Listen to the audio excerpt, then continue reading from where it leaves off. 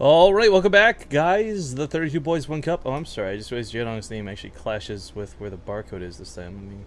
Let me scooch that over just a itty bitty bit. There we go. Alright, so spawning over here in the bottom left corner of the map for map number 2. It currently leads the series 1-0. It's going to be Yoey Flash Wolves, Purple Protoss parting. Never right as the red Zerg. It's EG's Jadong going for a 9 pool. I thought party was definitely going to go like faster forge, so could have worked out. But looks like he's going for an early Nexus, and this is going to work out pretty well for Jadong.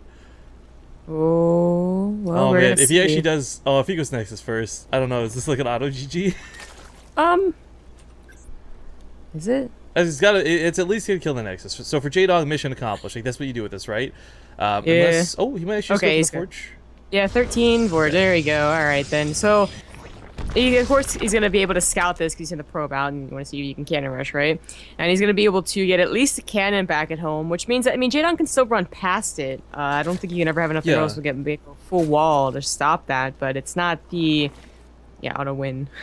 Yeah, the timing of this works out for those who don't know. Even if the cannon completes, 4 out of 6 lings can typically run by the cannon, even with it shooting at them. So you really don't need to get a lot to your opponent's main, but you just need to get a little bit. Now, Parting's going to see no hatchery, and he's smart. There's no way this is just like, oh, Jadong's slacking on the macro. I guess I'm good to go. He knows what's up. He's going to block these to try and buy himself a little bit more time and hope that the lings stop to attack the pylon. But of course, for Jadong, he's not going to be stopping here. He's just going full bore across the map. Parting needs to pull a probe to the low ground. There we go. Now, the investment in these pylons is actually going to hurt him, I think, because that's part of his wall. He's just getting a Nexus. I don't think he real. He saw it. Really No, not he saw okay. it. He saw it with Okay. the pylon. Well, it was just like he really have thought that there wasn't a 15 like it was like a 15 pool and that was that late. But yeah, he does throw it down. And actually, I guess he was just waiting for a full wall off. So even if Parting throws something else down the wall, yeah, Jadong should be able to get through. Picks off the pylon, or say the probe on the other side of the map. But as this cannon completes, all he has to do is break through this wall one time. Couple of lings get through, and that's where it falls apart. We see this get really messy. well, we won't be able to. Stay on the pylon though. Yeah. Okay, so he's gonna try and slip through. Lots of cancels going down. A messy wall here for Parting, but not an automatic game over. Jadong, in the meantime, cleans up the pylon on his side of the map, and is he a little bit behind because of this? Okay, sure, but so is Parting. That Nexus is much later than he had thought he'd have to put it down for. So maybe this gold base helps make up that difference? Well, let's see how much pressure it really adds to Parting, right? Because usually your probe never died over there. It goes around scouting low. Okay, where's that hatchery? Where's the third hatchery? Oh, no way. That's out of sucks. range. That really sucks. That's probably the most important building Parting could make. I like that he cancels this. Doesn't waste a single moment on it. Honestly, it's kind of bad to put it out there anyways, like when roaches and hydras come out. But yeah, so will Parting ever scout this gold base is the real question. Because like the lings are piling on so much pressure. He doesn't know what's going on behind it because he never actually got a scout beyond okay, it was an earlier pool, but I don't know if there's gas behind it.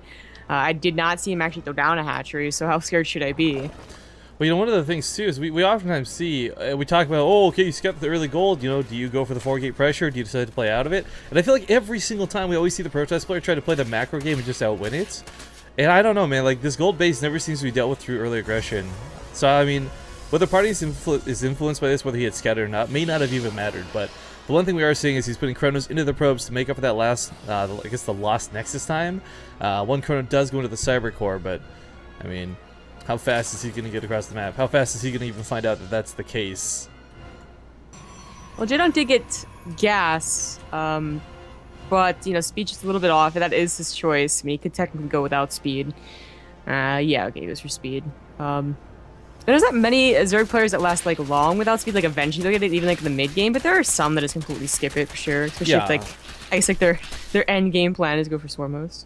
Yeah, no, I agree. I've seen times where you just see like that 32 minutes to lowling reinforcement after like the Colossus wiped out the first slave. It's always a little funny. But I think in this particular instance, speed is more beneficial because of the distance he has to close between these spaces. You could go for roaches faster technically. Yes, they would maybe be more efficient, but whether they could get from base to base fast enough, that's not likely to happen. Creep spread is starting up, but it's still going to take a long time to connect between these two bases. Right, and also Jadong just seems like always like a speedling player, and he likes his speedlings. He's not quite life. By the watchtower. But Yeah, okay, so that's really what's easy about seeing this base, is that even if you couldn't get across the map, that Zelnaga shows it. The rocks are broken down, though, and that's definitely something, like, really important here, because, yeah, he doesn't have roaches, but even then, like, Lings, even with speed, you know, you want the direct path to your base to defend something like this. Well, speed is seconds from finishing, might be able to get in here and cause a little bit of damage, but I mean, it's only to the units on the field. Jadon is not going to be breaking Party's base anytime soon. I think he knows that 5 seconds to go on this metabolic boost. Doesn't choose to pursue it, though.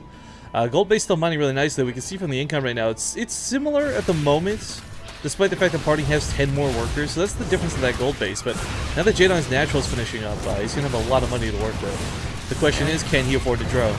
So there's a little skirmish in the middle of the map, kind of important. This is what's going to allow him to keep droning behind us. In fact, both 24 more Lings coming after this. Possibly ring all in. Really cool bailing bus. So that work on Hot in Copa America.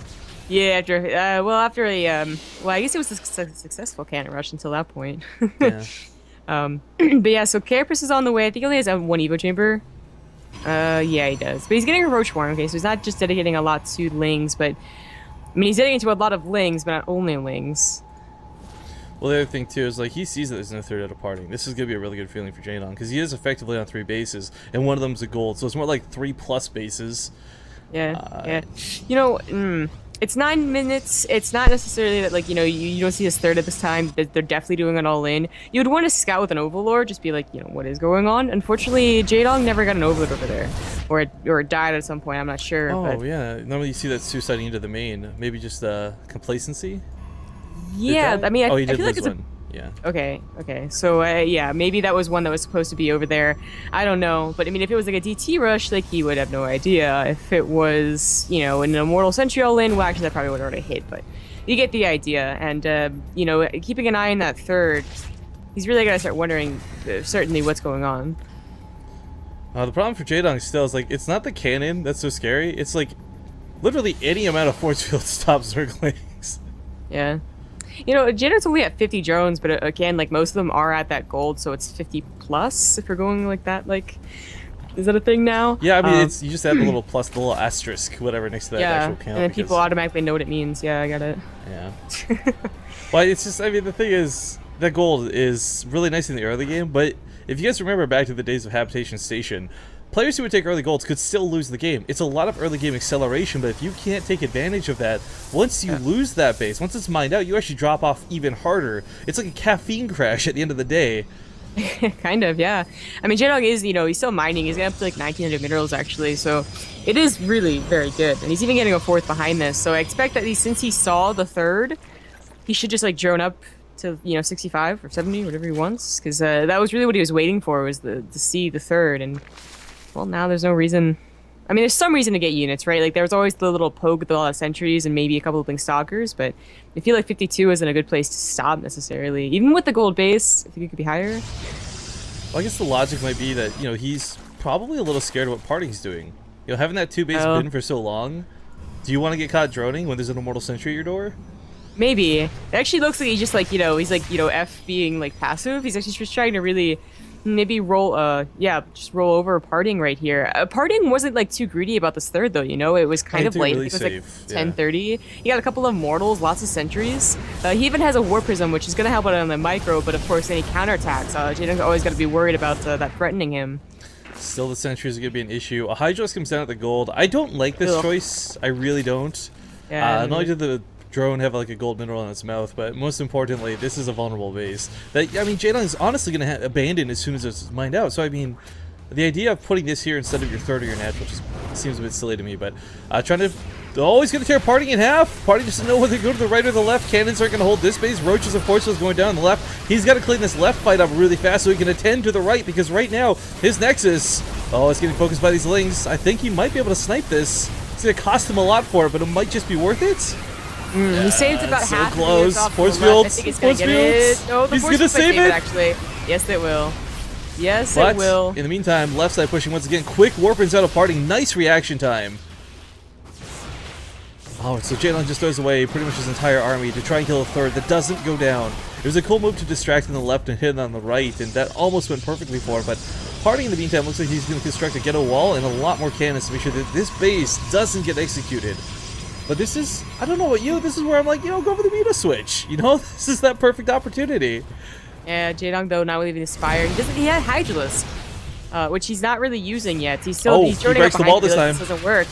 Parting with no okay. Kind Well, yeah. I thought he was going to go really far in there with the roaches, but I guess they want to give him all away. However, we'll focus a lot of the sentries now. Parting perhaps not aware of this. Right side being attacked once again. Those two pylons did a great job at adding to this, I guess, Sim City, so to speak. But with all these sentries starting to go down, this becomes more scary. Not for this attack, but for the follow-ups. Yeah, the Immortals that where most of the Lings were, so a little bit of an unfortunate split for Parting there. I guess one of the Immortals, okay. Attack off to the left, still going strong.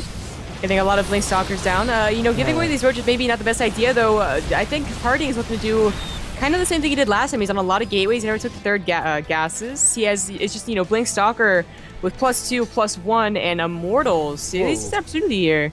And look at Jaedong's upgrades. He's actually invested in no weapon upgrades whatsoever. Strictly armor.